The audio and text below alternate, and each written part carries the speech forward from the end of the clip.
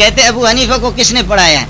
ہم یہی کہہ رہے ہیں کہ ابو حنیفہ کو جس نے بھی پڑھایا ہے، یہ تواتر کے ساتھ صحابہ سے یہ جو کلمہ آ رہا ہے یہ تواتر یہ بھی تقلیدی ہے، اور خود آپ کا کتاب کہہ رہا ہے کہ ایمان تقلیدی ہے۔ جب آپ سب کہا غیر مقلدین کا ایمان بھی تقلیدی ہے تو فرعیات میں پھر کیا اعتراض ہے؟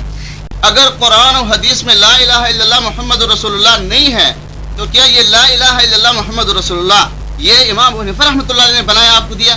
اگر اس نے بنا کے دیا تو اس کے والد کو کس نے پڑھایا؟ آپ بتائیں ہمیں۔ اگر تقلید سے کلمہ بنا ہے تو پھر جس کے السلام علیکم ورحمۃ اللہ وبرکاتہ۔ محترم سامعین حضرات، امید رکھتا ہوں آپ سب خیر و عافیت سے ہوں گے۔ اللہ تبارک و تعالیٰ آپ سب حضرات کو ہمیشہ خوش و خرم رکھے۔ آج آپ حضرات کے سامنے حضرت مولانا ڈاکٹر منظور مینگل صاحب حفظہ اللہ ورعاہ کا آمنے سامنے تاریخ مناظرہ کا پارٹ 3 لے کر حاضر ہوا ہوں۔ اس کو سماعت کیجئے، بہت فائدہ ہوگا۔ علمی مناظرہ ہے تقلید کے موضوع پر اہل حدیث حضرات کے ساتھ۔ سماعت کیجئے، خود پتہ چل جائے گا۔ بسم اللہ الرحمن الرحیم۔ بات بالکل آسان تھی اور بات کو لمبی کرنا میں آخر مجلس تک بلکہ نہیں 15-20 دن تک بھی یہی ان سے مطالبہ کرتا رہوں گا، اور یہ انشاءاللہ ان سے ہوگا بھی نہیں۔ اور آج سے اعلان کر دے کہ ہم کلمہ بدلتے ہیں لا الہ الا اللہ محمد رسول اللہ، یہ ہو بہو اس انداز پہ ہمیں قرآن و حدیث میں نہیں ملا۔ اگر ہے دکھا دو صاف صاف، یہ عام آدمی بھی لکھ سکتا ہے کہ لا الہ الا اللہ محمد رسول اللہ کس طرح مسجدوں میں لکھا ہوا وہی دکھا دو، اور یہ ہوگا بھی نہیں۔ آپ سے پھر بھی للہ فی اللہ آپ حضرات سے میں یہ ہاتھ جوڑ کر کے کہوں گا کہ باتیں تو بڑی بڑی ہو رہی ہے کہ ہم قرآن و سنت سے سب کچھ حل کریں گے، لیکن ایک کلمہ ہے لا الہ الا اللہ، دیکھو حتی یشہدوا اللہ الہ الا اللہ وان محمد رسول اللہ، یہ نہیں لا الہ الا اللہ ہو محمد الرسول اللہ ہے، یہ اس انداز پر دکھا دو۔ قرآن میں اور حدیث میں ایک جگہ پر دکھا دو وہ حدیث ہو، یہ آخر تک میں ہارا، بات ختم، سب کچھ آپ قرآن و حدیث سے دکھاتے ہیں، لیکن یہ میرا قرضہ ہے قیامت تک انشاءاللہ اس کا مطالبہ آپ کو بھی ہاتھ جوڑ کر کے آپ سامعین کو کہتا ہوں، مولانا سے کہو اس انداز پہ، اس زیر و زبر کے ساتھ جس طرح ہم کلمہ پڑھتے ہیں اس انداز پہ، اس انداز پر آپ اس کو دکھا دو، یہ ہوگا بھی نہیں انشاءاللہ اس سے۔ اور خود ان کی کتاب ہے، یہ دیکھیے، اور یہ ہمیں کہتا ہے کہ جی آپ جو ہے نا آپ کو کلمہ معلوم نہیں، یہ دیکھیں آپ کے مولانا امین اللہ پشاوری ہے، یہ کلمہ تو آپ کو معلوم نہیں ہے، یہ صفحہ نمبر 80 ہے اس کا۔ وَهَذَا الْحَدِيثُ وَإِنْ كَانَ فِيهِ ضُعْفٌ لَكِنَّهُ يَرُدُّ الْحَدِيثَ الْوَاهِي بِالْحَدِيثِ زَيْدٍ وَلِأَنَّ الْعُلَمَاءَ قَالُوا، دیکھیں یہ کون کہتا ہے، ہم نہیں کہتے، وَلِأَنَّ الْعُلَمَاءَ قَالُوا ما جاءت کلمۃ التوحید، کلمہ لا الہ الا اللہ محمد رسول اللہ بتمامها فی حدیث صحیح، ہاں ما جاءت کلمۃ لا الہ الا اللہ محمد رسول اللہ، مسلم شریف پیش کرتے ہو، یہ کہاں، اس کا جواب دے دینا ہوگا آخر تک آپ کو۔ ما جاءت کلمۃ لا الہ الا اللہ محمد الرسول اللہ بتمامها فی حدیث صحیح، یہ پورا کلمہ کسی صحیح حدیث میں نہیں ہے۔ آج معلوم ہو گیا کہ سب کچھ حدیث سے ثابت کرنے والا ان کا کلمہ حدیث میں نہیں ہے، یہ ہے، اس کو رد کر۔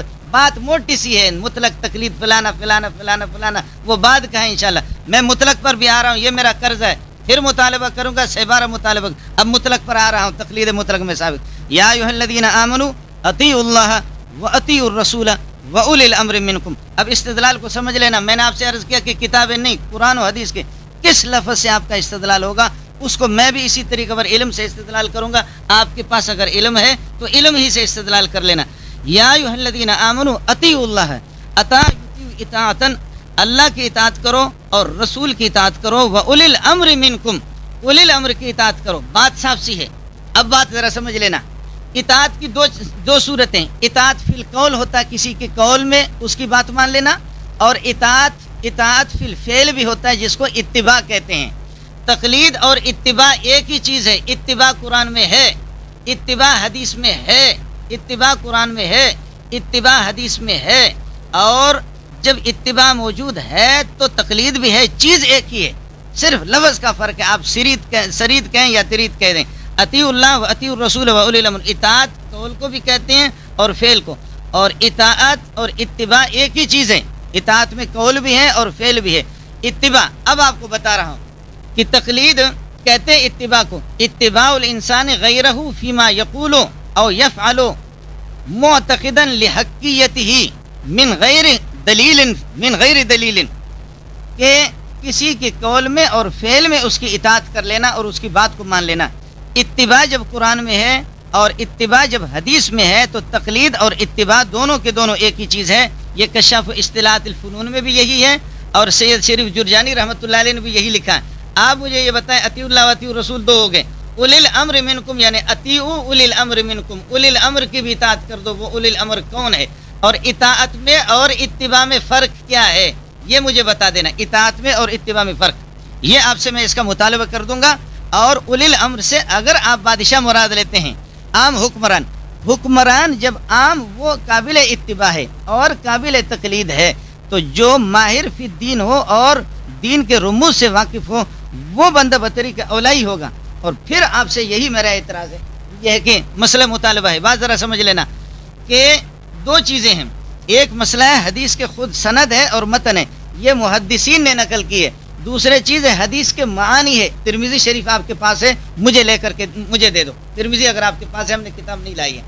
خود محدثین کہتے ہیں کہ جس طرح حدیث کو فقیہ سمجھتا ہے ہم نہیں سمجھتے۔ ترمذی ہے، ترمذی تو دے دو۔ باب الجنائز محدث خود کہتا ہے کہ وَكَذَلِكَ قَالَتِ الْفُقَهَاءُ، یہ ایچ ایم سعید کا جو ہے اس میں 193 صفحہ باب الجنائز کے اندر امام ترمذی رحمۃ اللہ علیہ، میری بات ذرا سمجھے، امام ترمذی رحمۃ اللہ علیہ وہ فرماتے ہیں کہ فقہا نے یہ کہا کہ میت کو حدیث میں آیا کہ 3 مرتبہ یا 5 مرتبہ نہلاؤ میت کو۔ حضرت فرماتے ہیں کہ فقہا کہتے ہیں اصل مقصد صفائی ہے، وہ چاہے 7 مرتبہ سے ہو جائے یا 9 مرتبہ سے ہو جائے یا زیادہ سے ہو جائے، حدیث کے اندر الفاظ یہی آیا ہے، حدیث کے اندر الفاظ تو یہی ہے۔ یہ ہے صفحہ نمبر 118 اس کے اندر آ گیا۔ یہاں پر فرماتے ہیں وَكَذَلِكَ قَالَ الْفُقَهَاءُ وَهُمْ أَعْلَمُ بِمَعَانِ الْحَدِيثِ، فقہا اسی طرح کہتے ہیں، ہم سے زیادہ حدیث کے معنی کو وہ سمجھتے ہیں۔ فقہا ہم سے زیادہ حدیث کے معنی کو وہی سمجھتے ہیں، یہ آپ کو ماننا پڑے گا۔ میں آپ سے صرف اتنی سی بات پوچھتا ہوں، حدیث سے صحیح کیا ہے؟ مولانا میری باتوں کو نوٹ بھی کر لیں کہ حدیث سے صحیح کیا ہے۔ حدیث سے صحیح لذاتی، صحیح لغیری، حسن لذاتی، حسن لغیری، یہ سارے اصطلاحات جتنے آپ مقلد ہیں، ہم مقلد نہیں، آپ ہم سے بڑے مقلد ہیں۔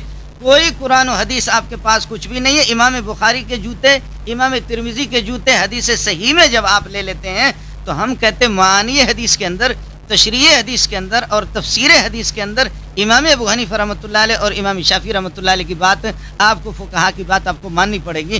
صرف اتنا سا مسئلہ ہے۔ اور اب میرا طرز استدلال سمجھ لو مولانا آیت سے، اطیع اللہ و اطیع الرسول، اطاعت کی دو چیزیں، اطاعت فی القول اور اطاعت فی الفعل۔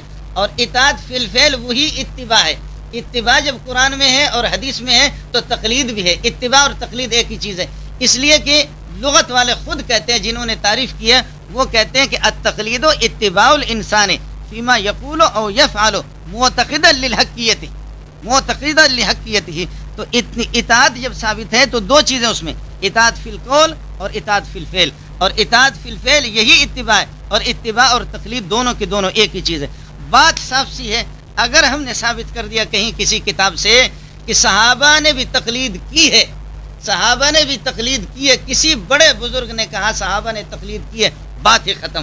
اور اگر صحابہ کی تقلید نہیں ہوئی تو پھر اس کے بعد آپ کہیں گے تقلید بعد کا پیدا ہو گیا ہے اور اس کو آپ لوگوں نے لایا۔ اس کو اگر ہم ثابت کرتے ہیں کہ کہیں کہ صحابہ نے تقلید کی ہے، اور صحابہ اتباع جب صحابہ کرتے ہیں، صحابہ جب اتباع کرتے ہیں، اتباع اور تقلید دونوں کے دونوں ایک ہی چیز ہے، تو جو اتباع کرتے ہیں تو تقلید بھی، اتباع اور تقلید دونوں ایک ہے، صرف الفاظ کا فرق ہے۔ جیسے کہ اب اس آیت سے طرز استدلال میرا عبارت النص کے طور پر استدلال ہے، عبارت النص کے طور پر استدلال ہے میں نے۔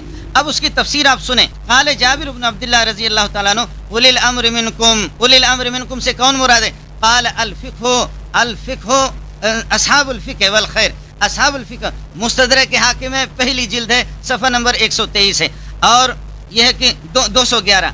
دوسری روایت ہے حضرت عبداللہ ابن عباس رضی اللہ عنہ صحابی کی، یعنی اہل الفقہ والدین الی ان قال فاوجب اللہ طاعتهم، فاوجب اللہ۔ بھائی مستدرک حاکم، بھائی آپ یہ کر دیں، ان میں سے کسی حوالے کو چیلنج کر دیں، کسی، ہاں عبارت پڑھ رہا ہوں میں، پوری عبارت پڑھ رہا ہوں۔ قال عبداللہ ابن عباس رضی اللہ عنہ یعنی اہل الفقہ والدین الی ان قال فاوجب اللہ طاعتهم، مستدرک ہے جی۔ ہاں یہ عبارت آپ خاموش رہیں، آپ بالکل خاموش رہیں۔ بھائی غلط ہے، آپ کیوں بولتے ہیں؟ بھائی یہ طرح نظام آپ نہ بولے نا بھائی مولانا ڈاکٹر صاحب جگہ الا انکال کوئی عبارت کی غلطی نہیں ہے الا. ہاں اس کو نوٹ کر لیں. ہاں اپنے مناظر کو بتائیں، ہم کس لیے بیٹھے ہوں گے؟ نہیں آپ دیکھیں. آپ ان کو بتائیں. ہاں بھائی میں عرض کر رہا ہوں ان میں سے کسی حوالے کو چیلنج کرو، یہ ہماری شکست ہوگی.